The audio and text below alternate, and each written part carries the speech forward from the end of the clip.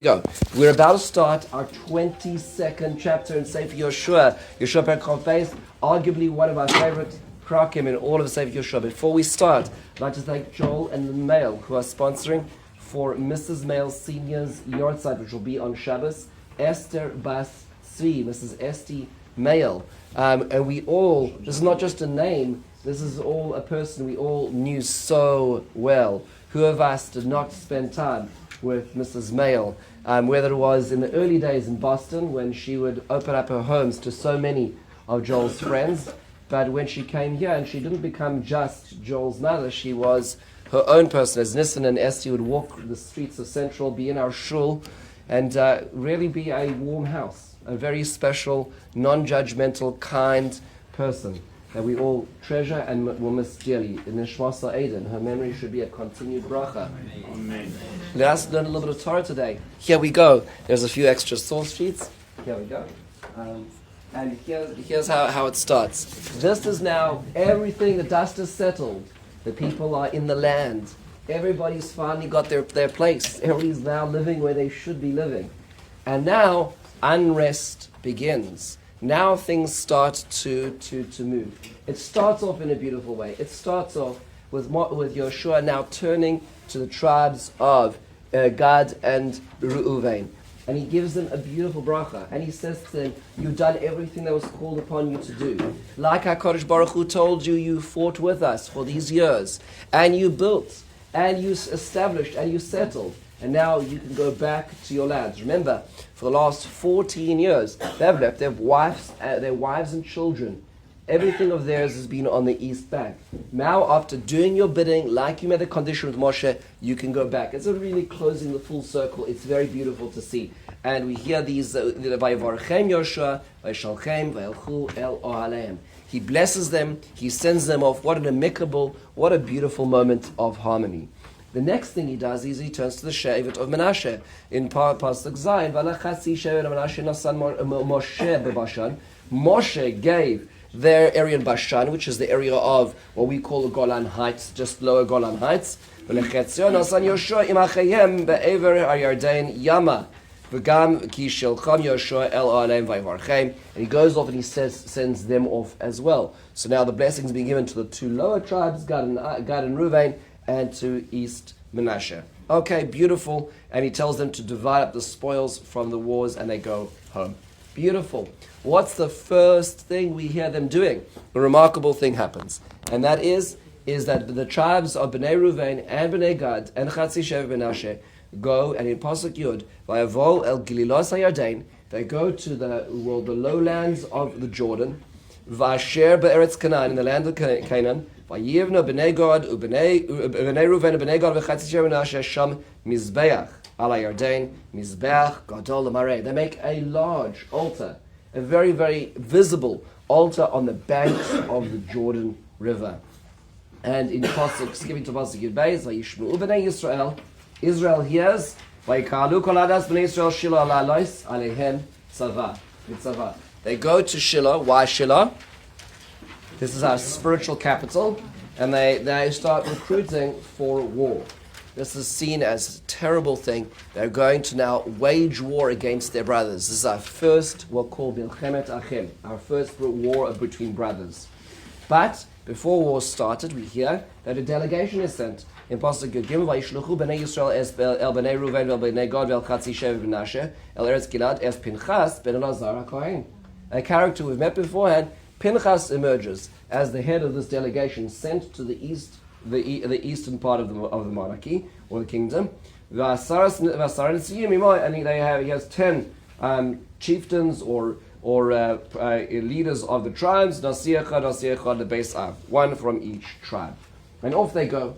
And there's a long message. They come in, and you can imagine them arriving, whatever capital city they call a council. And they proclaim, they make this long proclamation. How dare you do this? Don't you know that when our forefathers served Baal Peor and they got punished terribly because of this, and Achan did this and everybody else got punished, and they said, how could it be that you are going to create a place where you're serving either a pagan shrine, where you're serving God externally? This is completely unacceptable. Look at Pasuk Yurches, Vatem Toshuva Yom Acharei Hashem, you should go back against God, Vaya Atem Timredu, Bayom Ba, Hashem Umachar, Kol Adas Yisrael Yiktov. You're going to now go rebel against God. Hashem's going to get angry against all of Israel. And this is unacceptable. Va'ach im tamei eretz achuzaschem ivru lachem es el eretz achuzas Hashem asher shachad shom mishkal Hashem v'te'achazu b'saychenu. If you don't feel your land is holy enough, then come back where you should have been. Right? So it's like, you made the wrong decision in the first place. Like this, you're turning the dagger there a little bit, right? V'Hashem al timrod. We don't rebel against God. The response, so they first make their proclamation. Notice they don't ask, they tell. And then the response is God forbid. We were never making a mizbeach, an altar to serve God. This is going to be a defunct altar. This altar was never to bring any korbanos in it. What is the reason? And they go on and explain, but in Pasuk Kovava highlighted, Vanomer v'naseh lo lanu livnois mizbeach lo lo'ola v'lo zevach. This is not made for sacrifices. Ki eidu beinenu uvenechem. This is a witness. This is the witness altar. Uvein doreinu seinu acharenu la'avoid es avodas Hashem lefoneov uvaloseinu lizochenu v'shlomenu v'yamru b'neichem lo'achar levonenu ein lachem chelek b'Hashem. We're concerned about the next generation. We're concerned the next generation is going to say, why do we need to keep making a trek to Shiloh? Why is that we need to keep going there? No, they're going to sit in his back and they'll realize our orientation is westwards. We're going to always be pulling westwards. That's what's meant to be done over here. So this is what's called the witness altar. This is a very powerful idea. And think about this for a second. Actually, in Christianity, this is like a big deal because this is seen as making the altar in the public, right? This is seen as like going out and proselytizing. This is always seen as a very powerful symbol as to sort of the idea of a homing beacon. Be it as it may. How is this responded to? The delegation is very happy with their explanation. They go back and they proclaim to Israel in Pasuk Lamed, Vayom Pinchas ben Elazar ben HaKohen el bnei Reuven el bnei Gad el bnei Menashe Hayom yadanu ki b'soichenu Hashem. We know Hashem is with you. And they go back and they tell the nation of Israel. The nation of Israel is happy, and literally Shalom al Yisrael, and there is peace upon Israel. Okay, so it turns from being an escalation to a de-escalation as well. So this is what we have over here. I'm going to stop just to wish a special mazel tov to the Shalevs, who just celebrated a wedding, and to the Beers, who just celebrated the wedding. Very special. Be'ezrat Hashem, we shall continue tzmachas among ourselves. Yeah. Yeah, you're right. It's a very confusing thing. It is very confusing. So the altar is going to be a little bit of a tricky piece. Let's see why in a second. So let's see why they might do this. So first of all, just one little interesting little wrinkle is why is that when Yehoshua sends all the tribes eastwards, why did he not send them all in one packet? Why is it that first he sends Bnei Gad and Bnei Reuben and then he sends East Menashe separately? So Barbanel explains that because the inheritance piece is a little more complex.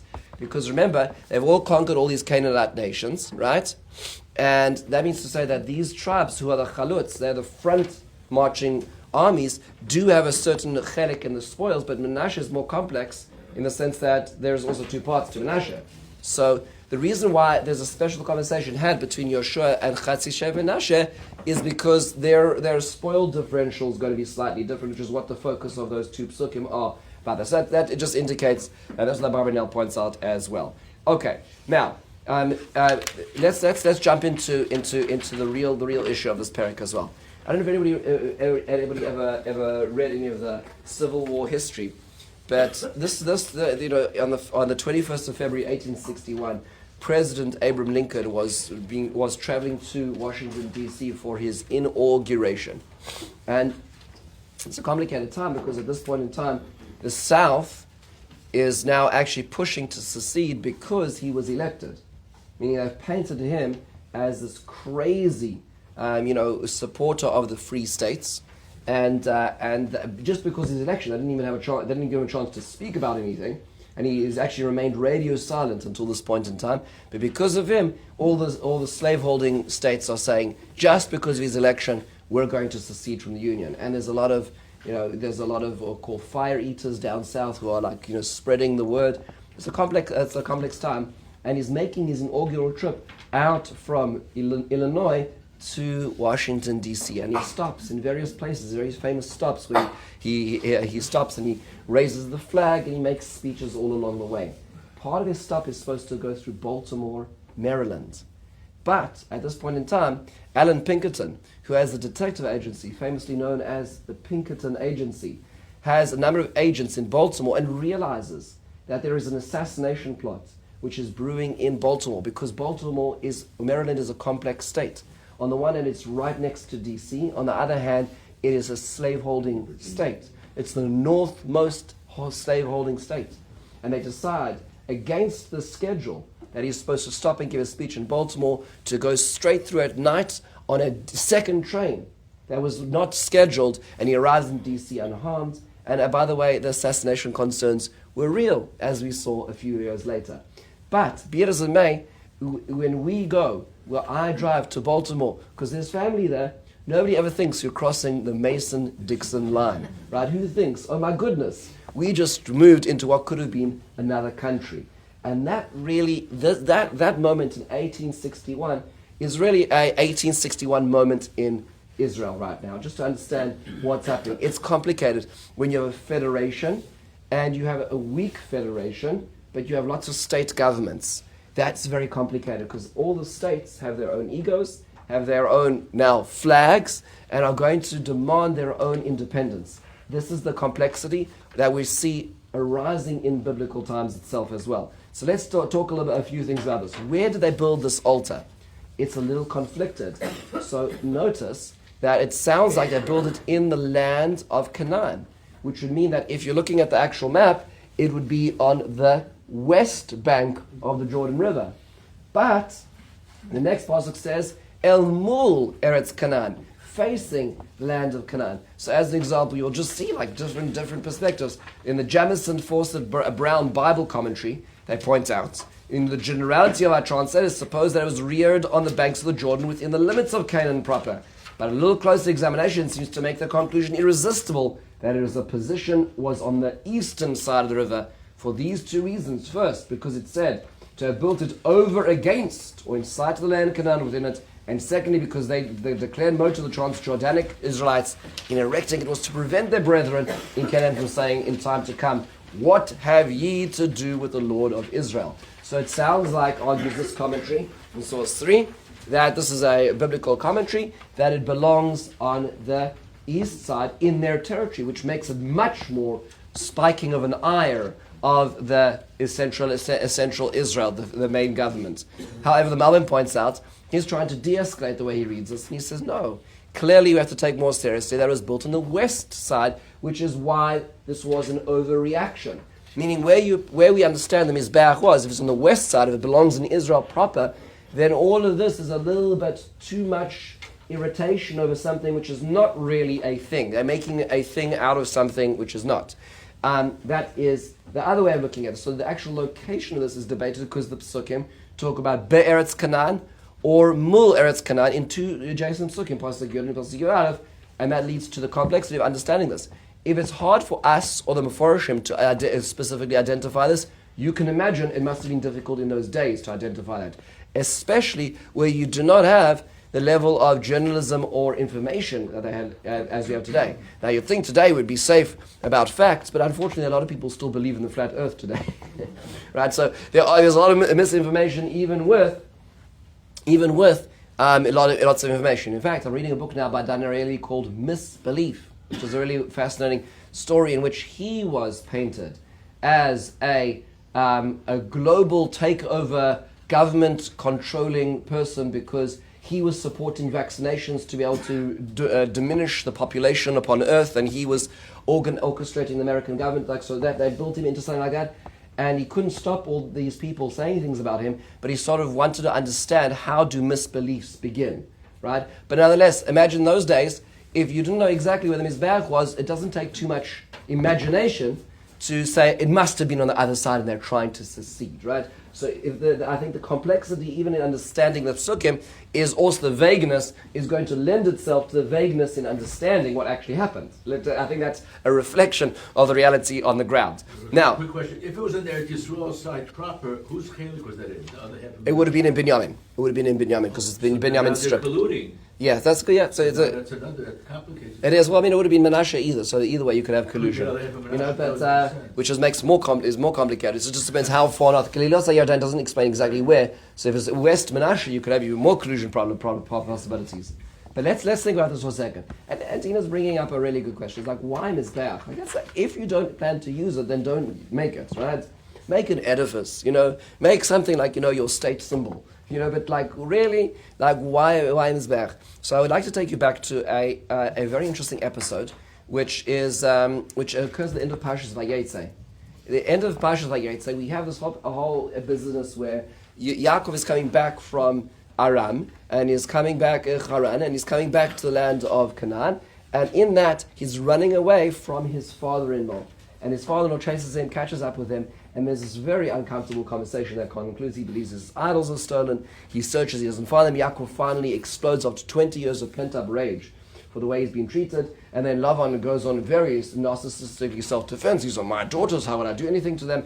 And after all of this, very clearly not a dialogue. It's just, Yaakov trying to have a dialogue and Lavan talking about himself. But right, we all have people like this in our lives, right? So, but nonetheless, after this all finishes, then Lavan very amicably says, "Let's have peace." Like after I got that off my chest now, and I almost killed everybody. Let's make peace, right? So listen to what happens here. He says this is in this fifth source. Let's make a covenant between you and me, Jacob. It'll be a testimony. It'll be between us. Vayikach Yaakov Evan, Vayirimeh Yad Matzeva. He takes a stone and he makes it a matzeva, a standing stone. What does he use a standing stone for up till now? He used it as a sacrificial altar, right? So the beginning of Parshas Vayetze. This is the end of Parshas Vayetze. The beginning of Parshas Vayetze. He takes the stone where he dreamt, and he poured oil on it, right? So he made it as a sacrifice to God. So he takes the stone, makes it a sacrificial place where he puts oil on it. And he says to his brothers, by the way, a little fun fact, he doesn't have brothers. The only brother he has is about to meet in the next parsha who wants to kill him. So it's clearly referring to his children. Rashi says a beautiful thing. When your children become like your brothers, that's a very special moment in life, right? Where your children become the same level of help that you would have aspired to. That's what his brothers means in this case. Liktuavanim brings stones, and they took stones, gal, and they made a very big mound. They ate on this mound, so it's very large. And Lavan called this the Yagar Sadus, so Yaakov called Gal Aid. He called this Gal Aid. It is a testament between you and me. Hayom Alkein Koroi Shemoy Gal Aid. Now, I put in the notes a picture over here of what the altar of Yehoshua looks like on Har Eval. God willing, in February we will see this. We'll go to this is the oldest altar in the land of Israel from the Israelites. This is when they came in when we looked at Perek Yud. This is the altar. This is the of Yehoshua. Notice what it is. It's a pile of stones. Right? It was not cut stone. It was rocks put together, as is described in the Torah. That is the original altar there. So it's a pile of stones. Do you know, this should be obvious? Should be thinking to ourselves is when they have in their frame of historical reference, they're trying to create some sort of testimony, an aid. Here is an example of where two brothers, two sets of family members, are trying to establish diplomacy between them. What do? They take a sacrificial stone and surround it by other stones. Notice, by the way, another point over here is that it is also called Gal Aid. Gal Aid literally means Gal is a pile, Aid as a witness. What's interesting is what is the area on the east bank of the Jordan called? It's called Gilad. The reason it's called Gilad, right, the name that you may some boys have, which is Gilad, is because Gilad is the other, we'll call it spin-off name of Gal Aid, which means they are well They are well within their grounds of thinking historically of creating another Galeed, not between the Lavan and Rivka branches of the family, but between the Shvatim branches of the family. They are taking essentially a group of stones in a sacrificial monument in the same way they did in the same area that actually the other one was made. The other Galeed is probably further north as it's coming south, but this is a east-west division. So you can understand the intent, although perhaps the misunderstanding which this arouses. Why did everybody get so upset? So just a halachic piece over here which is worthwhile noting. The Mishnah tells us in Zvachim that there was this interesting, we'll call it window of time that had just closed, literally in our perek. What is that? So the Mishnah Zvachim Daf Kuf Yud Beis Amud Beis tells us that when the Mishkan was established in the desert, and whenever it was set up, because remember they had 42 stations, well there were 42 stations, probably not all of them in the Mishkan, because the Mishkan was only established in the middle, but every station that it was established, they had certain limitations on how and where they could sacrifice, and how and where they could eat kodshim, holy meats. You could only bring it in the Mishkan. However, Ba'ula Gilgal, once they arrived in Gilgal, which was right over here, next to Jericho, on the west bank of the Jordan, at that point in time, Hutru Habamos. Then, at this point in time, sacrificial altars were allowed wherever you wanted. The lower level of holy meats could be eaten wherever you sacrificed, which means for 14 years, during conquest, when the Mishkan was in its temporary sojourn right next to Jericho in Gilgal, on the banks of the Jordan, there was free sacrifice wherever you wanted. You could make an altar wherever you wanted, because this is not where the Mishkan was meant to be. However, the Mishnah continues. Bo'la Shiloh, when the Mishkan finally made its place to Shiloh, Nes Rabamos, then the private altars ceased to function. There was a centralization that was going on. And then it goes on to describe what it looked like, and we looked at that when we saw the establishment of Shiloh, which means at this there was a transition. When Shiloh became the capital, at that point in time, we lost the ability of personal altars. What you see happening over here, in a certain sense, from the perspective of Israel, if you go back into the perspective of central Israel tribes, what do they see happening here? Is a rebellion against the centralization of Shiloh.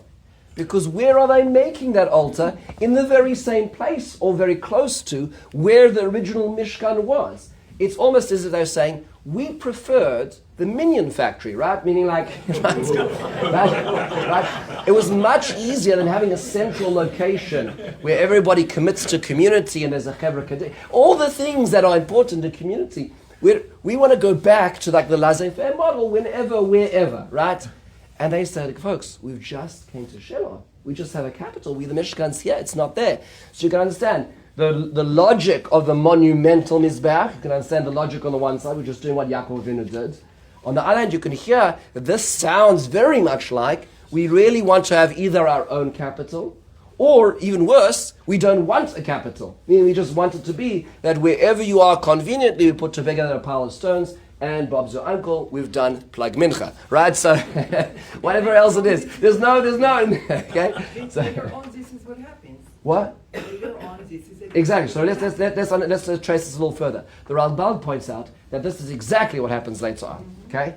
And this is the if you think about what happens, Yerovam ben Nevat is going to split the kingdom along the Mason-Dixon line in Israel, which is the Ephraim-Binyamin border. And when that happens, the first thing he does is he erects a shrine.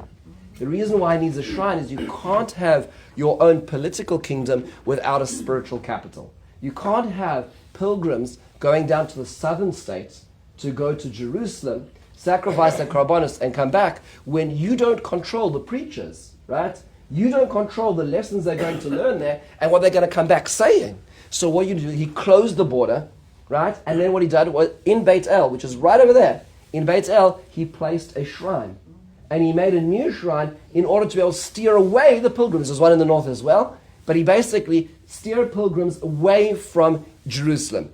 So you can imagine now that this sensitivity is not unfounded. Right? The idea of having a shrine on the border is a very dangerous thing. Because people are going to be lax. And even well-meaning people are going to say, you know what? Jerusalem, I have to go up the mountain. It's like, that route is a very long route. You go up Route 1, it's very difficult.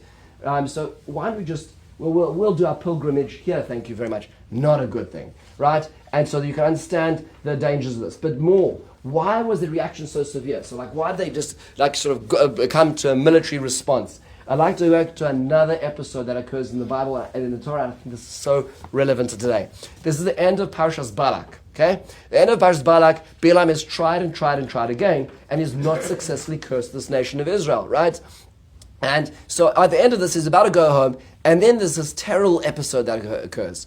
The men of Israel start fraternizing with the women of Moab and Midian, and it turns into this whole thing. Most people don't pay attention to this because it's the last aliyah in Parashas Balak, and it's Shabbos morning in the summer. But nonetheless, listen to the details that occur in this. Here's how it goes. In source 8. And the men, actually the Midrash fills in the subtext now, is that they would have stores. There were local stores that would go in, and there'll be an elderly woman on the outside. Come in, you can buy pots, you can buy food, and they'll go in. There'll be a more attractive woman sitting behind the counter, and she'd proposition the Israelite man who just came to get the groceries for his wife, right? And this became more complicated, but it didn't stop there. It didn't stop there, because what's the next pasuk? And they said, listen, if you want to hang out with me more, you should come and spend time with me. So we're having a little bit of just a small family festival to our gods. You just come, Baal Peor, it's all part, you could believe in your God as well, right? It's we're very accepting of all the gods, the God of Israel, but come along with us, right? Now the problem with monotheism is it excludes all others, right? So off they go. It started off with immorality, but that was nowhere it ended. Immorality, when it relates to work on a social level, is usually related to idolatry and adultery are very closely related because they're related to two different betrayals, right? So the next step is suddenly they're sacrificing to other deities. And they very gladly fell into this. And obviously this means primarily the men, right? And they start coming very close to Baal Peor. Enculturation doesn't take too long for this nation, and Hashem gets very angry.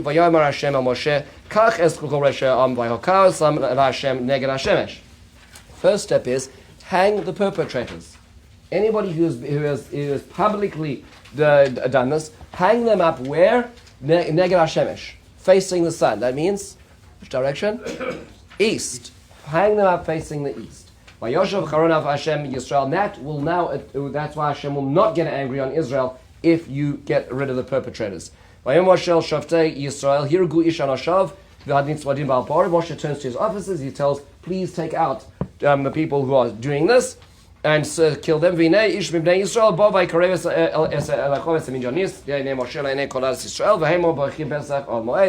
then this fellow comes forward, we don't know his name now, but we know his name later, that his name is Zimri, and he comes and he brings the Midianist, we know her name is Cosby, and he brings her in front of Moshe, and everybody's crying.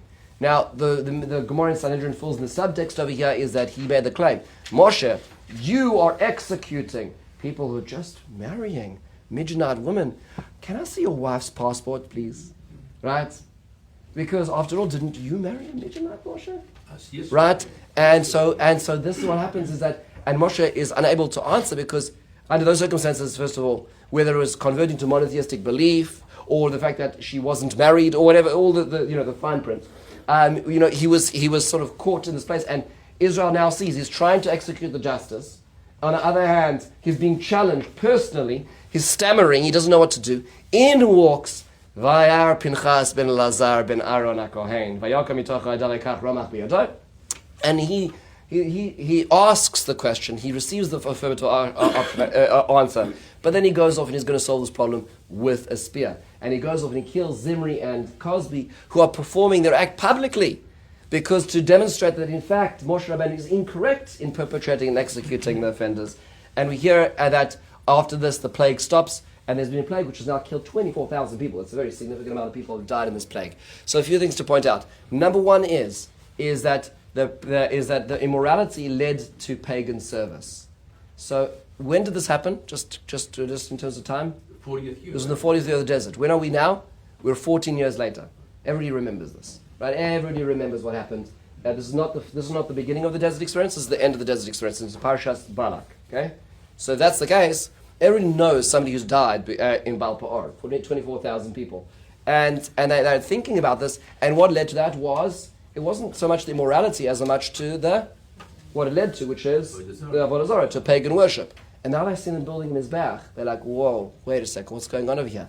More than that, where were the perpetrators hanged? In the east. Where is the problem starting right now? In the east. More than this, where did that occur? That occurred in the steppes of Moab, which is right over here. Where is this Mizbeach being built? Right in the same location. This is like a slap in their communal face. And then you can understand why the appointee for this delegation is Pinchas. Right? Meaning, understand what they're trying to do, the message they're trying to send. Doesn't sound like the most peaceable delegation, right? This sounds like Pinchas is probably taking his spear off the rack, as he goes to transmit the message, right?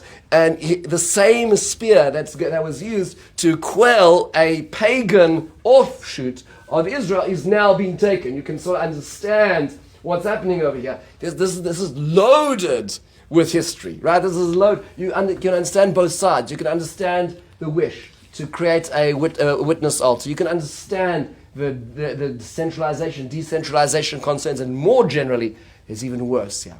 And that is that they mention the reason why they're so concerned, and that is as follows. Look at this is a pasuk in Ha'azinu. Before they crossed the land of Israel, Moshe Rabbeinu's last speech, Parshas Nitzavim, is as follows. He says to them the following line, a terrifying line, and this pasuk deserves so many hours of understanding. Hanistaros la'Hashem Elokeinu, the hidden things are for Hashem your God. But the hidden things the revealed things are for us and our children forever. And actually, if you look in the actual Torah itself, the lanu ulevonenu, the words to us and our children, the revealed things, are nakud. There's 11 dots on top of it actually in the Torah. And Rashi comments on this based on the Gemara. In Satan Sanhedrin says, Nakud al lanu levanenu, source 11, lidrosh af ala niglois, even on the public things, loy onash es harabim ad shavru es hayardain. What Moshe Rabbeinu is telling them is as follows. We're entering into a new stage of Klal Yisrael, and this is what's called arvus. Arvus means guarantorship. And that means that what one Jew does is going to affect what another Jew receives. And that being the case, what is public is your department, what is private is mine. Meaning something nobody knows about, I understand why nobody could bear responsibility, there's no culpability. But if somebody does something publicly, and then everybody else is going to suffer from this. But when you cross the Jordan, now you understand the terror the central Israel is feeling right now. It's not enough just to say, you know what, they got on the wrong train, they're joining the pagan culture around us, and it's fine, because that's not good enough anymore. This is public. We've crossed the Jordan. And if we've crossed the Jordan, this set of rules have started, and that means that we're going to get killed because of you too. And that is what happened, by the way, in Baal Peor, and that also happened in one other episode where we saw, and that was in Sefer Yehoshua itself, where Achan went and he took the spoils of Jericho, and we, as the nation of Israel, lost that war, which is why they quote Achan in their speech here in perek Yehoshua perek Beis, because they're saying, are you going to do to us the same thing Achan did? We cannot turn a blind eye, which means Israel has a greater national consciousness than they had before. This is not live and let live anymore. We can't let live because it's going to kill us, because we've now entered into what we'll call guarantorship. That is a very terrifying thing, which is why they take it so seriously. So let's ask the question, was this a successful mission? Did this work out well? On the one hand, I think we should all nod our heads and say, yes, it should be. Because on the one hand, you see two things which I think are very helpful. Number one is diplomacy versus war. This is a remarkable thing to think about, is there's an Eis Milchama and Eis Shalom, as the Kohelet tells us. And what is so remarkable over here is that Pinchas was able to navigate both. Pinchas is a person, on the one hand, who knew when it was time to kill for peace, and he also knew when it was time to talk and listen for peace. And that's a remarkable description over here. If you follow the biblical Pinchas, from Parshas Balak and Pinchas to Sefer Yehoshua, you see Pinchas has the ability. Some people are only warriors. They can only understand something with a machine gun, right? And there are some people who can only talk. Pinchas has the ability to do both, yes. Because after the Maaseh, he was given the bris of Shalom. Right, so I wonder if that might be part of it. is that it gives him the ability to be able to do this. But nonetheless, he is able to navigate the beast. I think this is an incredible moment, but I think it's more than that. It's a little more than that. Here, and I just want to close this piece. There's a very special. Oh, by the way, I do want to actually quote this just in this context. I looked through various different svarim, and I came across in this sefer a book which is called Parshios B'Sifrei HaNeviim. I don't know who wrote it, but it's quoting it, and it says, he quotes the Rambam in Nevuchim and he applies it to here. And he says, V'chein hu adin etzli b'chol aveira she'yireh mimenu stirat haTorah or machlokas kenegda. If you see anybody who's transgressing the Torah, v'afilu ochal adam basa v'cholov, or lava shatnez, or hikiv pas rosh lebizayon haTorah, if na'idas she'yisbar mimenu. He says, "Hu etzli nemar lov es Hashem hu megadeh ve'arag misas kfira."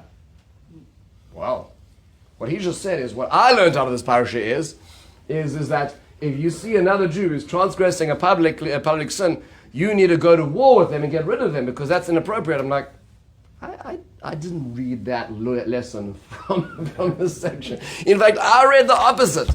I read that you ask them what's going on first. But you understand, in today's highly politicized society, you can understand why that is the way you read Nach. But, right, meaning like to say, we will just demonstrate and close down the highway. No, actually we should have conversations. So that's the first step of any point over here. So I just want to point out that it's really important to have that conversation. That should be the lesson over here. They did want to. There were perhaps crowd and rabble who wanted to go to war, but they listened. And the listening actually lowered the temperature. That's number one. But number two is you see a very interesting point. The reason why this is successful is because of a high level of trust. What do I mean by that? Is here there's another echo of another episode. And that is you have Pinchas and another 10 people going and seeing what's going on and reporting back. That sounds like what? It sounds like the Meraglim, right? Very interesting. But here's the thing. What went wrong in the Meraglim, and I believe this is the critical issue, and it's so relevant to today. And Rav Hirsch points this out. What happened in the Meraglim, which was so wrong, is that a military file was disclosed to the public, to the proletariat. Think about this for a moment. They were sent by the government, and instead of speaking to the government, they spoke to the people. This is the people watching the body cam on the policeman and making judgments as to whether the police will come. I'm sorry, folks. You are not experienced enough to know about this. There is a due process in the police department to review the body cam. You are not going to be judging it because you do not have the skills, you do not have the context to read, you do not have the acumen to understand the information you're receiving. It's sensitive information, which means the problem with Meraglim was they delivered the message to the wrong people, right? They were crowdsourcing. They went straight to the internet to deliver their message. And then you get all these crazies, oh my God, they're going to kill us. They're trying to get rid of us. They're going to give us a vaccine when we go to the land of it. It's like, all the things are going to happen now because people don't know how to handle information. Now, right, so whatever else it is all happening there, right, is because there was the handling of information, the mediation was incorrect.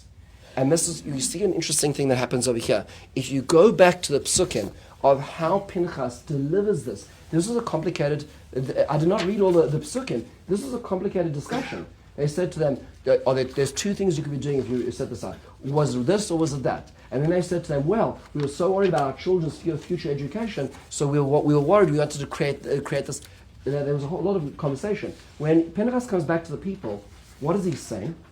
It's in Pasuk Lamed Gimel. He just says, Lamed Beis, Vayoshav Pinchas ben Elazar HaKohen Anasim Eis b'nei Yisrael v'Eis b'nei Gad Gilad Eretz Canaan b'nei Yisrael Vayashivu Osam Davar. They told them that things are all right. And the next pasuk is Vayitav Hadavar b'nei Yisrael. They did not need to tell them every detail of the conversation. They didn't need to tell them about the hot mic episode that happened before the conversation started. They didn't need to tell them about what this person said or the insult that this person said offline or what this person tweeted. They just said, listen, we resolved it, it's not a problem. And everybody said, great. And that can happen when you have a high level of trust society. When you have a high level of trust society, then when the leadership and the government tells you things are all right, you say, that's fine. When you have a low level trust society, the government says something, and you say they're trying to kill us. They're out to get it. There's another plot. There's Area 51. There's all these things. There's people, the Illuminati are controlling the government again. All the things that come out because you don't trust.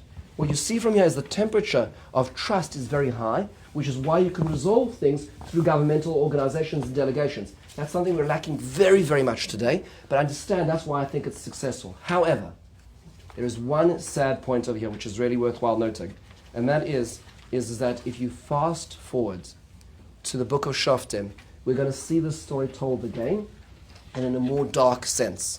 Because the one thing that is absent in this entire story is Yehoshua. Exactly. The one thing that's absent in the story is Yehoshua. He began the blessings and sent the tribes off, but Pinchas takes charge now, and Yeshua's out of the picture. Now Yeshua's still here. We're going to hear his speeches in the next 2 chapters. But he's not involved. Why is that? And I believe it's for the following reason. If you fast forward a few generations to the times of the Shofet called Yiftach, Yiftach actually belongs to Gilad. He's in this area. He belongs over here. He fights the Ammonites off, who also belong in this area, and he successfully establishes the kingdom of Israel despite the land grab and the misinformation that they are spreading. He takes back the land, and then it says that the Ish Ephraim, which is on the west bank of the Jordan, turns to him and says, "How come you never invited me to the war?" Right? So the east bank are doing the work. The west bank tell them, "How dare you not invite us?" And Yiftach says, "Excuse me," I'm not going to read this inside, but you can see the psukim. "Excuse me? I invited everybody to war." This is called tribalism as opposed to centralized government. "I invited everybody to war and you didn't come." And as a response to their aggression, he actually kills all Ephraimites who are visiting or tourists on the east bank. Tens of thousands of people. In fact, they set up guards on the river over here, and they asked them, "Please say the word Shiboles." And it turns out that in Ephraim, they can't pronounce the sh, so well they have to... So anybody who says it like that is killed, right? So this is what happens over here. So you can see tensions are high between the Gad and Reuven folks and the Ephraim folks already later on, just about arguing about who should have been involved in this successful military campaign. And where's the border of division is the river. The river is going to the border division, which means that what starts now is going to propagate. This tension is going to continue. We're not going to see it necessarily brought down by diplomacy. Yiftach was not a diplomat, yet Yiftach was a general. Generals don't have time for politicians and stuff like that, right? So he is going to kill those who are going to argue with him. But I believe that perhaps Yeshua's absence is because sometimes the younger generation doesn't have the experience of diplomacy that the older generation does have. And I'll give you a recent example. A recent example is in the IRCJ, the Islamic Revolutionary Guard Corps, which is in Iran. You know that remember there was an attack done around the time of Cedarhurst against Israel? There's an argument that was made that attack, that second missile attack on Israel, this is already going back to 2024, was done as Khomeini, Yimach Shemoy V'Zechrai, was trying to attend to the younger corps in the Revolutionary Guard, because they were not happy with their diplomatic relationship, meaning speaking and waiting with Israel. They wanted more action. So they sent the second missile attack, even though it wasn't a successful attack, generally speaking, thank God. But the second missile attack was because of speaking to the younger corps in his Revolutionary Guard, because the younger corps had not experienced the losses of the previous generation and understood the cost of war, and they were saber-rattling to be able to get to attack Israel. Now think about that for a moment from this perspective. Here you have a moment, I believe maybe Yehoshua is not involved. It could be because he delegated, but it could also be because the younger generation are saying, we need more Pinchas action. Right? We're like all this talk and stuff, and that mediation and diplomacy, like let's just go kill them, and we'll discuss it afterwards, right? And that Yeshua's eclipsing is a little bit of a shadow to that, because that generation is going to do that in the future. This next generation is not going to have the experience necessary to be able to pull people together. They are not going to be able to successfully navigate this, and Yeshua's absence is very narrowly saved by Pinchas's acumen. But in the future it won't be. And so this in a certain sense is a hairline fracture for what's going to be the tension between states, and the greatest tension we're going to see is going to be along geographical boundaries at the beginning through Sefer Shoftim, and the first geographical boundary is the Jordan River, which is where a lot of the tension will happen, Be'ezrat Hashem, as we will see in the coming weeks. Thank you everybody for coming. Yes.